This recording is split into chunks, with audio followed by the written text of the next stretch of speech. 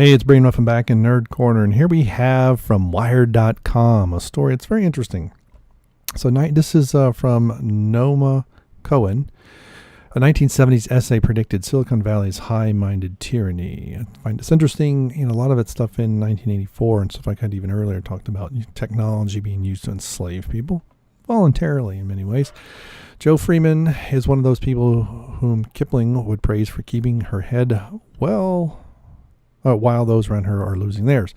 The women's liberation movement of the late 1960s was building the world in a consciously different way, rebuilding the world in a consciously different way. No designated leaders and no rules on what you could say and when you could say it. Yet Freeman wondered if getting rid of rules and leaders was actually making feminism more open and fair. I'm very analytical, which frankly inside the movement was not appreciated. She recalled over breakfast at a coffee shop near her home in the residential Brooklyn neighborhood of Kensington. After a hard think, she concluded that, if anything, the lack of structure made the situation worse. Elite women who went to the right schools and knew the right people, held power on outsiders, had no viable way of challenging them. Yeah, the glass ceiling really exists, and it exists mostly on the female side, when you have a female boss. She decided to write an essay summing up her thoughts. As long as the structure of the group is informal, the rules of how decisions are made are known only to a few, and awareness of power is limited to those who know the rules. She wrote this in a piece published in Miss Magazine in 1973. Those who do not know the rules are not chosen for initiation, must remain in confusion or suffer from paranoid delusions that something is happening on which they are not quite aware. More than 40 years later, Freeman's essay, The Tyranny of Structurelessness, continued to reverberate, especially in Silicon Valley, where it is deployed by a wide range of critics to disprove widely held beliefs about the internet as a force of personal empowerment, whether in work, leisure, or politics. That a decentralized cryptocurrency like Bitcoin gives ordinary folks control over high finance. That driving an Uber means that you are an entrepreneur. That Facebook's largely unsupervised advertisement system, is designed for small businesses, that it allows them to reach see customers inexpensively. Yeah, that's actually not true. Or that Silicon Valley companies with their informal college campus vibe, including study nooks, snack bars, and free-thinking debate culture, are immune to the need for corporate protection. The reality, of course, is a bit different. Bitcoin is dominated by a small cadre of investors, and mining new coins is so expensive and electrically draining that only large institutions can participate. Yeah, nowadays. Now, in the early days, not so true. Facebook's advertising system is exploited by foreign governments and other malevolent political actors who had free reign to spread disinformation and discord. Yeah, this was on both sides, and I hope this author knows that. It was mostly on the other side. Now, this is the Trump nonsense again. And Google's informal structure allows leaders to believe they can act in secret to dispense with credible accusations of harassment. Yet they do that.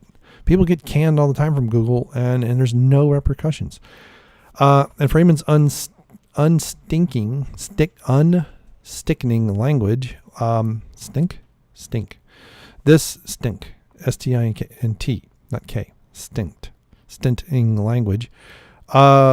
This rhetoric of openness becomes a smokescreen for the strong or the lucky to establish unquestioned homogeny over others. Yep, and that does happen. This is the problem with when I tend to be more of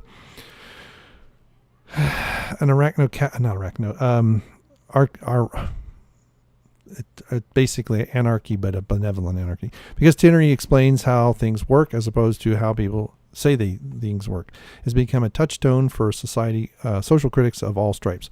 During the Occupy movement, Freeman's essay was one of the organizers' on the organizers' minds when they sought to eliminate hierarchy without introducing a hidden hierarchy. Yet they created a hidden hierarchy. The essay is cited in hundreds of academic papers and books to explain the history of the Vatican, or the women's movement in Iceland, or the Walmart workforce. But digital culture is where Freeman's work has the most currency these days. Arvind Narayana, an expert on Bitcoin at Princeton, analyzing a crisis and how the currency should be governed, when he suddenly thought, why does this feel familiar? He had what he calls an, oh my God, it's the tyranny of structuralist moment. Benjamin Mako Hill, a fellow at Stanford Center for Advanced Study in the Behavioral Sciences, where he is studying how free software projects operate, said Freeman's essay was really an inspirational thing. In many of the communities he researches, Hill said, participants reject any hint of formal structure or authority, only to discover that 10 years later, there really are a lot of leaders and structures. Yeah, because into a vacuum, this is the nature and horrors of vacuum. And when you have no structure, one will get built because people think they need it. Because leaders and structures arrive informally, he said they are much harder to uproot. Yep. For the left-wing author and documentarian Astra Taylor, Tyranny was a healthy reminder that Silicon Valley's rhetoric of openness and meritocracy doesn't match the reality. I felt that paranoid delusion myself, Taylor wrote. Yeah, because they get rid of people who are the wrong kind of people who have meritocracy. They try, but then they get overrun. So this is kind of weird because they get overrun by too much government. How do you explain inequalities in a system where explicit discrimination doesn't exist? How do you make sense of homogeneity when there's no sign at the door excluding different? Yes, but see, this is people will self-exclude themselves. Will self-exclude because they're not interested. People, when they're free to do what they want and do what they're interested in, you can't help but have so-called inequality. I don't know where this is going, but so far it's irritating. Freeman is an unlikely internet guru. She is 73 and has never given a TED Talk. She doesn't host a podcast. She speaks in specifics, not generalities, and her fashion, blue corduroy jacket, turtleneck sweater, and jeans is more throwback academic than forward-thinking disruptor. A self-described guerrilla scholar, Freeman has published 11 books on political history without the benefit of any academic affiliation or support. That actually opens up her mind a little bit, probably.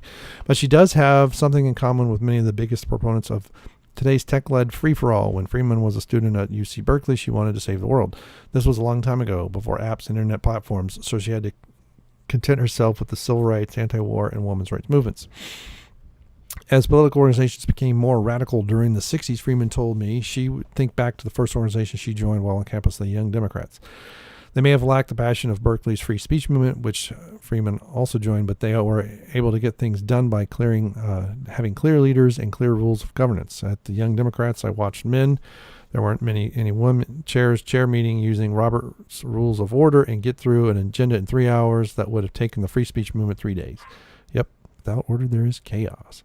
Freeman takes the long view about her argument, seeing as part of a permanent push-pull between structure and structurelessness. There may be a particular reason why Silicon Valley leaders have an aversion to outside authority and rules, but mainly she thinks they embody the excessive enthusiasm of any group who gains a foothold in a new field, whether in oil exploration or railroads or the internet, and decides they are uniquely fit to hold that powerful position. In the early days of the internet, she says, it was highly inventive, it was highly spontaneous, but we're past that. As long as you reject the idea that any organization is bad, you are never going to have the discussion about the best organization or for whatever it is you are trying to do. And while this rhetoric of personal empowerment has been great for Silicon Valley, for the rest of the world, it has produced a deeply painful reality. A greater disparity in wealth and power, fewer tools for reversing these conditions. This always happens. This person is psychologically ignorant. That question is whether Silicon Valley companies will voluntarily impose some structure on their magical platforms and devices, or whether that structure will need to be imposed upon them by the public. They actually have structure. What this author is really whining about, and what Joe Friedman is whining about, is government control.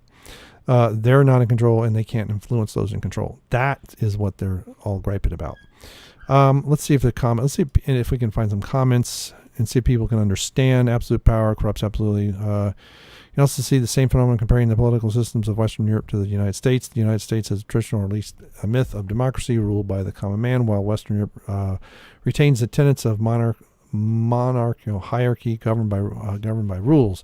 Western Europe, the people, including the elites, accept rules and leadership for allocating and managing public goods like healthcare and mass transportation. The United States, where people imagine they can become rich and powerful. I don't know about that, but yeah. Well, America's not a democracy. How did the accumulated wealth of Gates or the Googlers go at the expense of the whole? Or yeah, really. This is not a zero-sum game. And they lift all boats. So again, we have the communists disguising themselves. Too bad. This is actually wrong. And this is at wired.com, so I'm not surprised. But Joe Freeman's article is actually incorrect. And they're not going to see it. Now, I understand, but see, the meeting rules and stuff like that, and that is just efficiency. But those who are best will rise to the top, and those who are, the vast majority of people aren't the top 2%. They're not the top 2% wealth. They're not the top 2% in say sports, skills or in intelligence or anything like that. And those that are better will rise to the top, no matter how hard these. This is basically just communism in a different form. And that's what she's complaining about, that, we just can't have all be equally miserable unless we have actual complete tyranny and real tyranny. So this is kind of turning things on its head. But the struggle between structurelessness and structured, that does need to, that's the yin and yang. That's good and evil. That needs to go back and forth. And actually when they churn in the middle is when we get the best things. But again, the internet was open and free, and that's when it led into the best innovation. And now that it is more government controlled and more structured, innovation suffers. That's what's suffering. And then if we can put even more government controls on, like this author and Joe want, then we'll have even less innovation, and it'll be even more tyranny. So, all right, there you go. Thanks. Bye.